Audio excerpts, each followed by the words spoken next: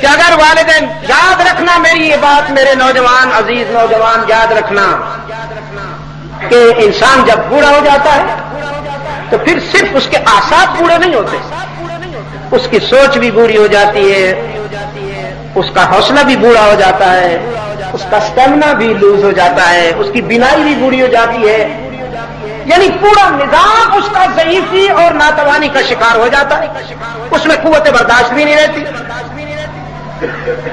تو اس لیے جبرائیل امین نے کہا کہ جس کو بوڑھے والدین ملے اور وہ جنت حاصل نہ کر سکے اس کا بھی خانہ خراب۔ آپ صلی اللہ علیہ وسلم نے فرمایا آمین۔ تو تیسرے مہینے پہ جب آپ صلی اللہ علیہ وسلم نے قدم رکھا تو جبرائیل امین نے کہا جسے رمضان المبارک ملا اور وہ اپنے رب کو راضی نہ کر سکا اس کا بھی خانہ خراب۔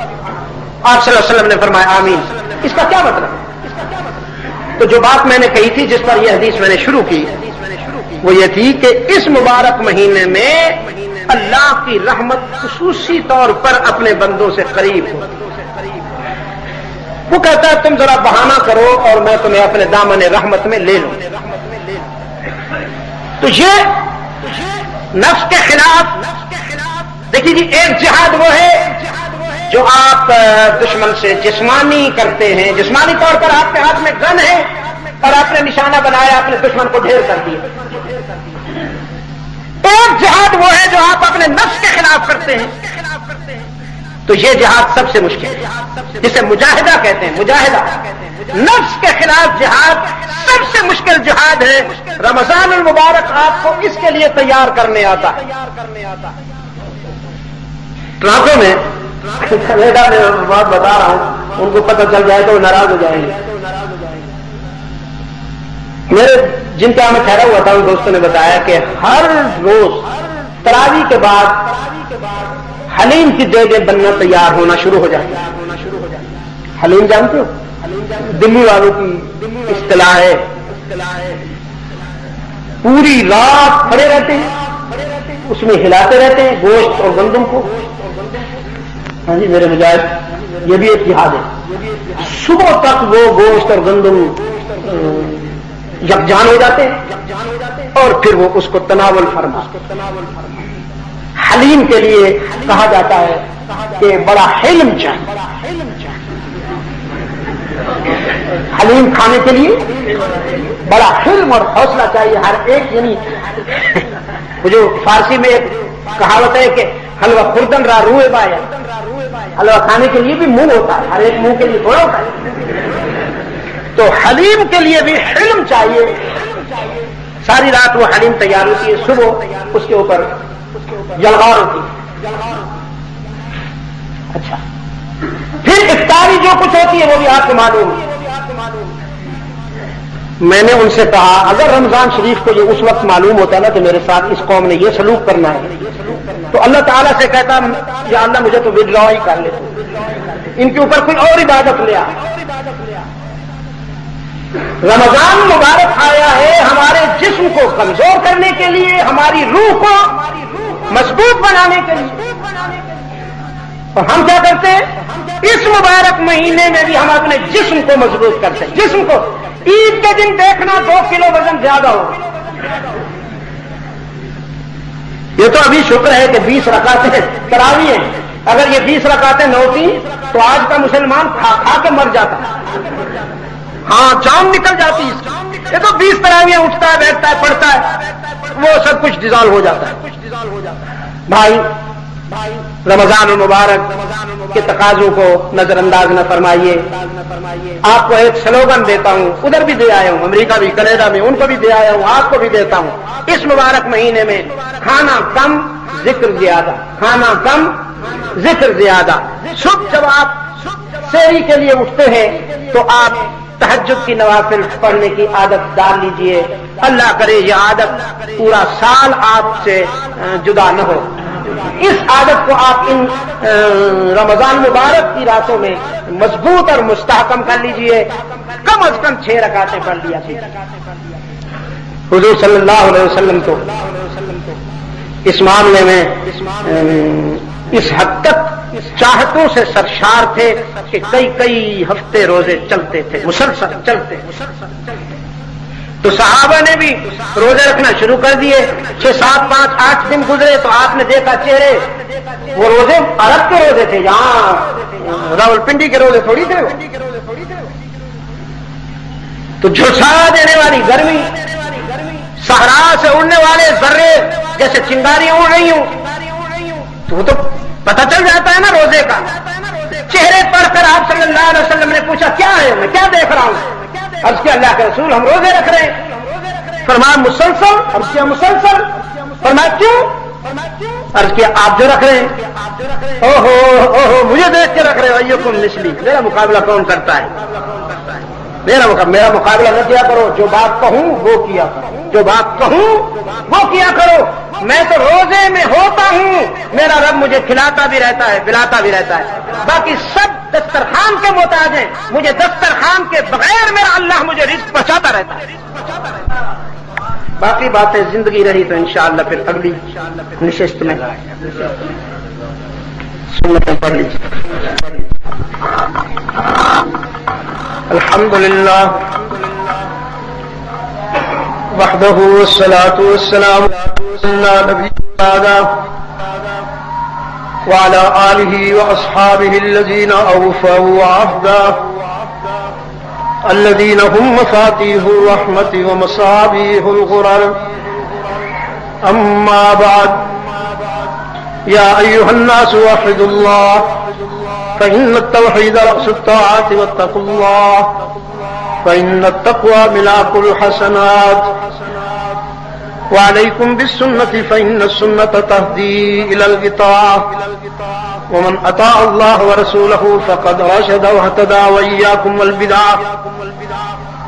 فإن البدعة تهدي إلى المعصية، ومن يعص الله ورسوله فقد ضل وغوى، وعليكم بالصدق فإن الصدق ينجي والكذب يهلك، وعليكم بالإحسان فإن الله يحب المحسنين، ولا تقنطوا من رحمة الله فإنه أرحم الراحمين، ولا تحبوا الدنيا فتكونوا من الخاسرين، ألا وإن نفسا لن تموت حتى تستكمل رزقها، فاتقوا الله وأجملوا في الطلب وتوكلوا عليه فإن الله يحب المتوكلين۔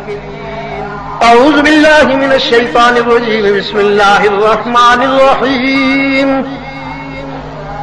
يا أيها الذين آمنوا لا تلهكم أموالكم ولا أولادكم عن ذكر الله ومن يفعل ذلك فأولئك هم الخاسرون۔ بارك الله لي ولكم في القرآن العظيم، ونفعني وإياكم بالآيات والذكر الحكيم، إنه تعالى جواد كريم ملك بر رؤوف رحيم۔ الحمد لله نحمده ونستعينه ونستغفره ونؤمن به ونتوكل عليه، ونعوذ بالله من شرور أنفسنا ومن سيئات أعمالنا، من يهده الله فلا مضل له ومن يضلل فلا هادي له، ونشهد أن لا إله إلا الله وحده لا شريك له، ونشهد أن سيدنا محمدا عبده ورسوله المبعوث إلى الأسود والأحمر لتتميم مكارم الأخلاق۔ اللهم صل على محمد وعلى آل محمد بعدد من صلى وصام، وصل كذلك على جميع الأنبياء والمرسلين وعلى الملائكة المقربين وعلى عباد الله الصالحين، خصوصا على سيد المتقين والأبرار صاحب النبي في الغار والمزار، أفضل الصحابة بالتحقيق، خليفة النبي بلا فصل، سيدنا أبي بكر الصديق رضي الله تعالى عنه، وعلى الناطق بالصواب والعادل بالكتاب أمير المؤمنين سيدنا عمر بن الخطاب رضي الله تعالى عنه، وعلى كامل الحياء والإيمان الشهيد المظلوم حين قراءة القرآن أمير المؤمنين سيدنا عثمان بن عفان رضي الله تعالى عنه،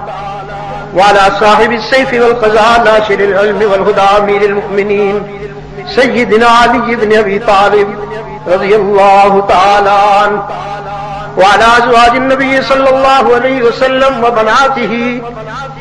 قال النبي صلى الله عليه وسلم: الله الله في أصحابي لا تتخذوهم من بعدي غرضا، من أحبهم فبحبي أحبهم، ومن أبغضهم فببغضي أبغضهم. وقال صلى الله عليه وسلم: خير القرون قرني ثم الذين يلونهم ثم الذين يلونهم. اللهم أيد الإسلام والمسلمين، اللهم انصر الإسلام والمسلمين، واخذل الكفرة والمشركين.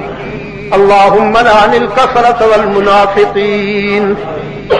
عباد الله رحمكم الله، إن الله يأمركم بالعدل والإحسان وإيتاء ذي القربى وينهى عن الفحشاء والمنكر والبغي يعظكم لعلكم تذكرون.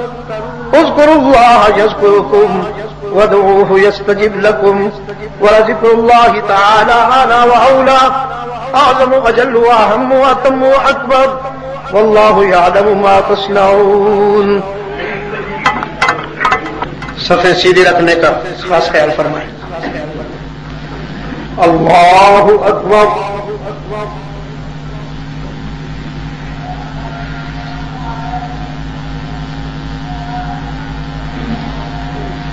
الحمد لله رب العالمين الرحمن الرحيم مالك يوم الدين إياك نعبد وإياك نستعين اهدنا الصراط المستقيم صراط الذين أنعمت عليهم غير المغضوب عليهم ولا الضالين.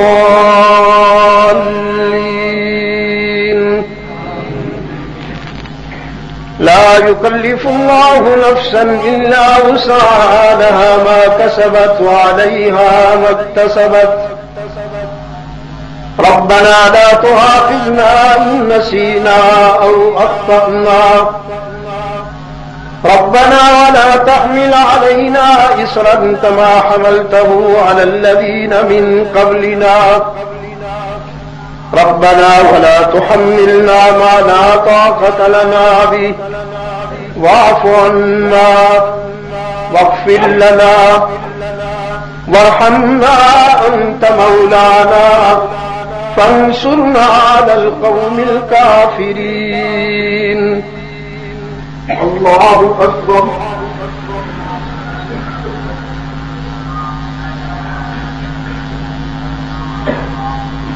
سمع الله لمن حمده.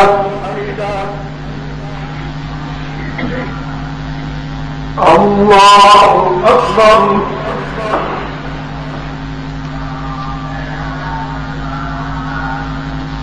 الله أكبر. الله أكبر.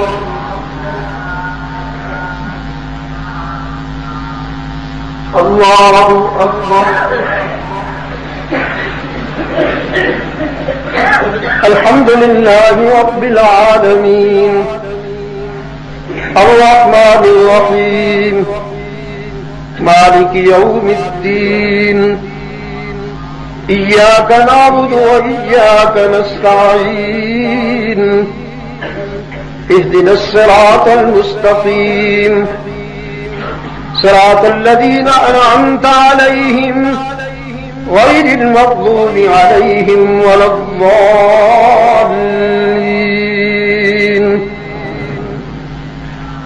ألم نشرح لك صدرك ووضعنا عنك وزرك الذي أنقض ظهرك ورفعنا لك ذكرك فإن مع العسر يسرا إن مع العسر يسرا فإذا فرغت فانصب وإلى ربك فارغب.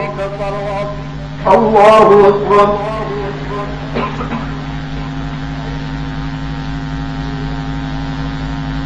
سمع الله لمن حمده الله أكبر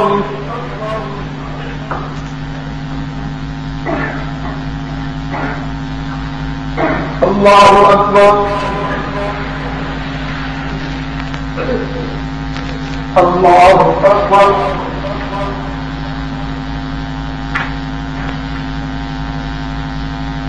الله أكبر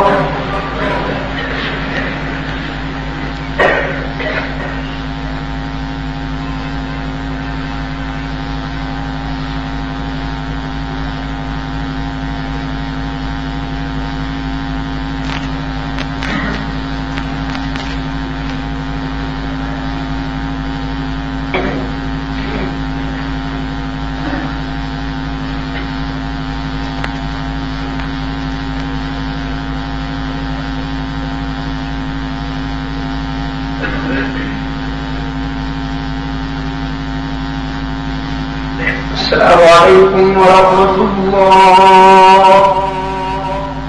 السلام عليكم ورحمة الله.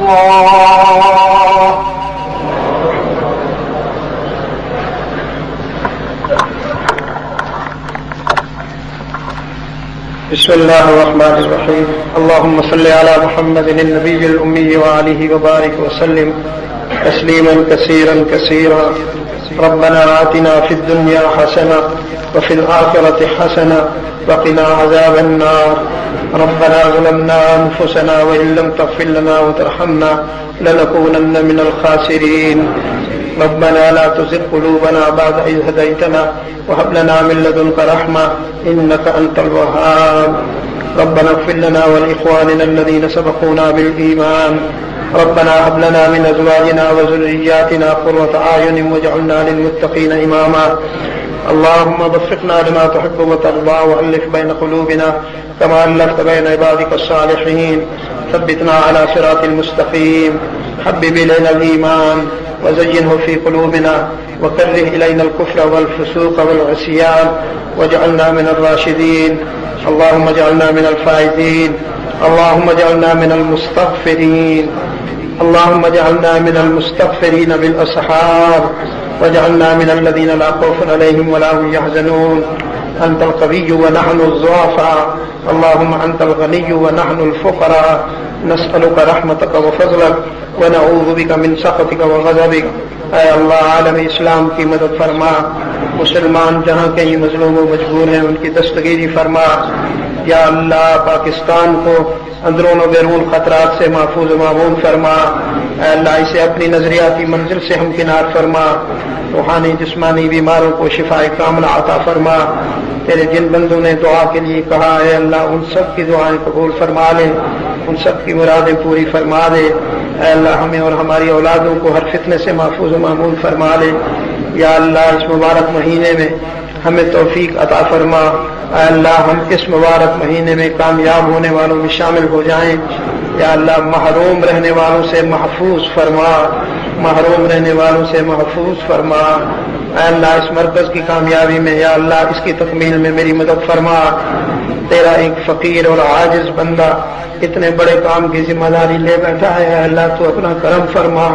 تو میری لاج رکھ لے. اے اللہ تو اپنے کرم سے مجھے ہر شر سے محفوظ و معمول فرما لے. اپنے تیرے یہ سارے بندے جو تیرے حضور ہاتھ پھیلائے ہوئے ہیں ان میں کچھ سفید بالوں والے بھی ہیں اور یا اللہ تو کہتا ہے کہ تجھے سفید بالوں سے حیا آتی ہے. اے اللہ ہم سب کی بگڑی بنا دے. اے اللہ ہم سب کی بگڑی بنا دے. ہمیں دنیا اور آخرت کی ذلتوں سے بچا لے. نفس کے فریب سے اور دنیا کے دھوکے سے اے اللہ ہمیں محفوظ و معمون فرما دے. اے اللہ زندگی کے راز سے ہمیں آگاہ فرما. اپنی اور اپنے محبوب صلی اللہ علیہ وسلم کی محبت سے ہمارے دل کی دنیا کو آباد فرما دے. وصلی اللہ تعالی علی خیر خلقہ محمد وآلہ وبارک وسلم علیہ. محترم اور اسلاف کی بڑی خوبصورت نشانی شیخ الحدیث مولانا محمد یوسف خان صاحب دارالعلوم تعلیم القرآن پلندری والے، اللہ تعالیٰ ان کو صحت اور سلامتی کے ساتھ رکھے. ان کے فرزند اور جانشین آئے ہیں عزیزی علامہ سعید یوسف خان، تو ہم انہیں خوش آمدید کہتے ہوئے دعا کرتے ہیں کہ اللہ تعالیٰ ان کو اپنے والد گرامی کی دعاؤں اور ہم سب کی توقعات پر پورا اتارے.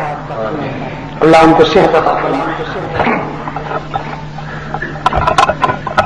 الحمد للہ وحده والصلاة والسلام على من لا نبي بعده وعلى آله وأصحابه الذين أوفوا عهده الذين هم مفاتيح الرحمة ومصابيح الغرر.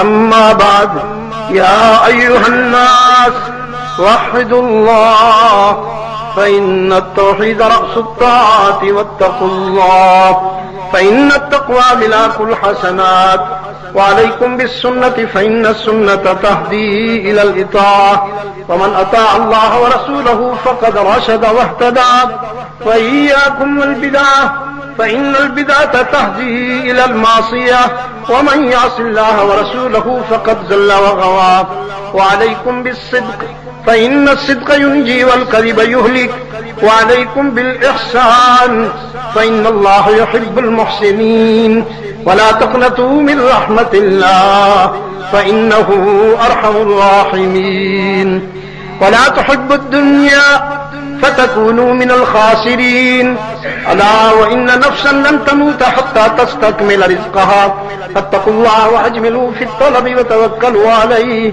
فإن الله يحب المتوكلين. أعوذ بالله من الشيطان الرجيم بسم الله الرحمن الرحيم. قال ربكم ادعوني أستجب لكم إن الذين يستكبرون عن عبادتي سيدخلون جهنم داخلين. بارك الله لي ولكم في القرآن العظيم ونفعني وإياكم بالآيات والذكر الحكيم إنه تعالى جواد كريم ملك بر رؤوف رحيم.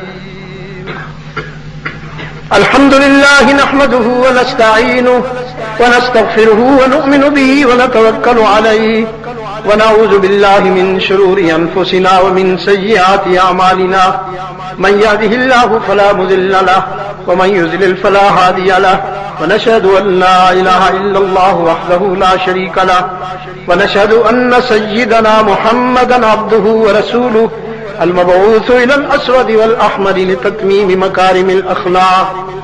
اللهم صل على محمد وعلى آل محمد بعدد من صلى وصام وصل كذلك على جميع الأنبياء والمرسلين وعلى الملائكة المقربين وعلى عباد الله الصالحين خصوصا على سيد المتقين والأبرار صاحب النبي في الغار والمزار أفضل الصحابة بالتحقيق خليفة النبي بلا فصل سيدنا أبي بكر الصديق رضي الله تعالى عنه وعلى الناطق بالسواد والعادل بالكتاب أمير المؤمنين سيدنا عمر بن الخطاب رضي الله تعالى عنه وعلى كامل الحياء والإيمان الشهيد المظلوم حين قراءة القرآن أمير المؤمنين سيدنا عثمان بن عفان رضي الله تعالى عنه وعلى صاحب السيف والقضاء ناشر العلم والهدى أمير المؤمنين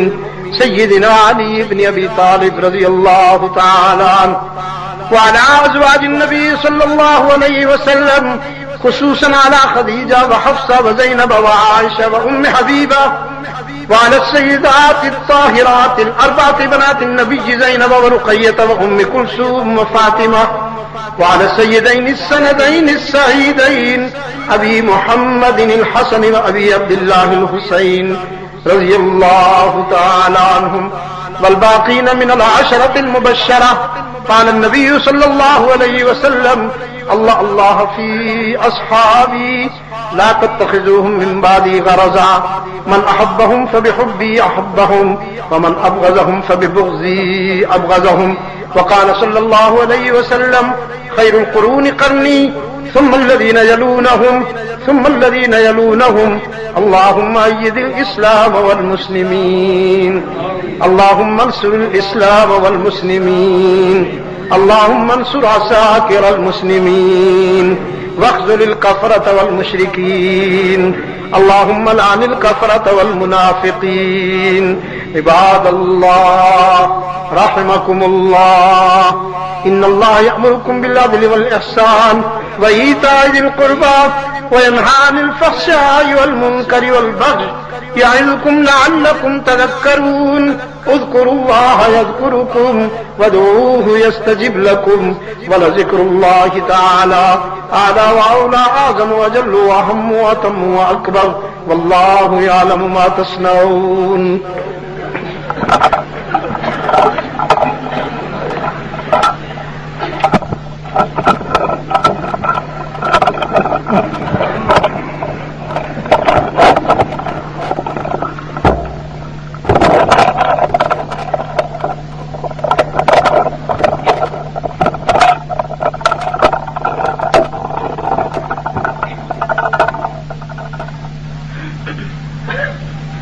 الله أكبر الله أكبر الله أكبر الله أكبر. أشهد أن لا إله إلا الله أشهد أن لا إله إلا الله أشهد أن محمدا رسول الله أشهد أن محمدا رسول الله. حي على الصلاة حي على الصلاة حي على الفلاح حي على الفلاح. الله قد قامت الصلاة قد قامت الصلاة. الله أكبر الله أكبر لا إله إلا الله. صفیں سیدھی رکھنے کا خیال فرمائیں، بالخصوص جو چھت پہ ہیں وہ احباب صفیں سیدھی رکھنے کا خاص خیال فرمائیں. اللہ اکبر.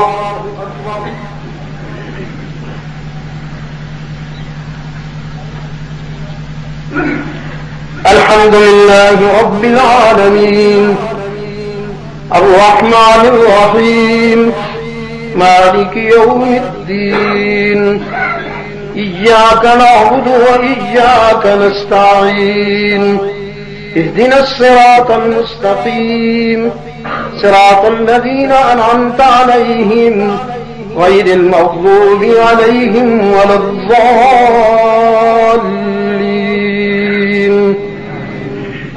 إن في خلق السماوات والأرض واختلاف الليل والنهار لآيات لأولي الألباب الذين يذكرون الله قياما وقعودا وعلى جنوبهم ويتفكرون في خلق السماوات والأرض ربنا ما خلقت هذا باطلا سبحانك فقنا عذاب النار.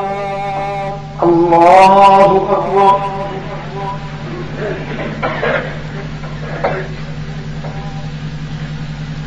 سمع الله لمن حمده. الله أكبر.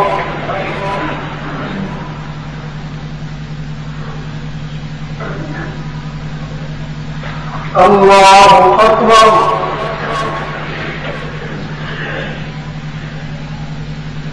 الله أكبر.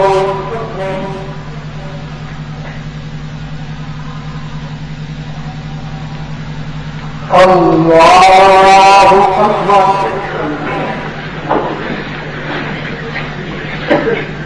الحمد لله رب العالمين الرحمن الرحيم مالك يوم الدين إياك نعبد وإياك نستعين اهدنا الصراط المستقيم صراط الذين أنعمت عليهم غير المغضوب عليهم ولا الضالين. إنا أعطيناك الكوثر فصل لربك وانحر إن شانئك هو الأبتر. الله أكبر.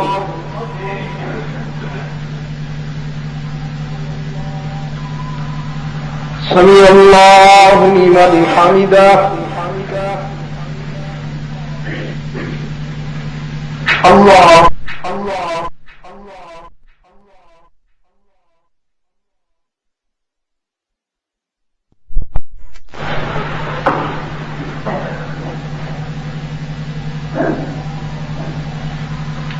اللہ اکبر اللہ اکبر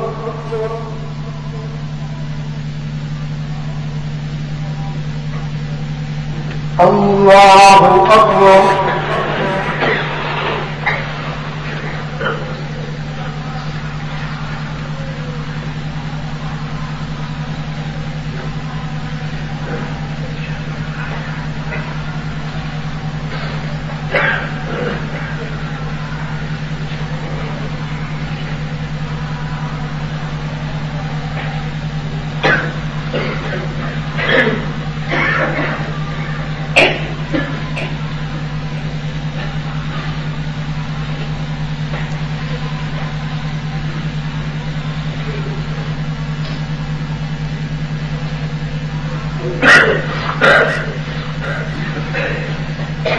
السلام علیکم ورحمۃ اللہ السلام علیکم ورحمۃ اللہ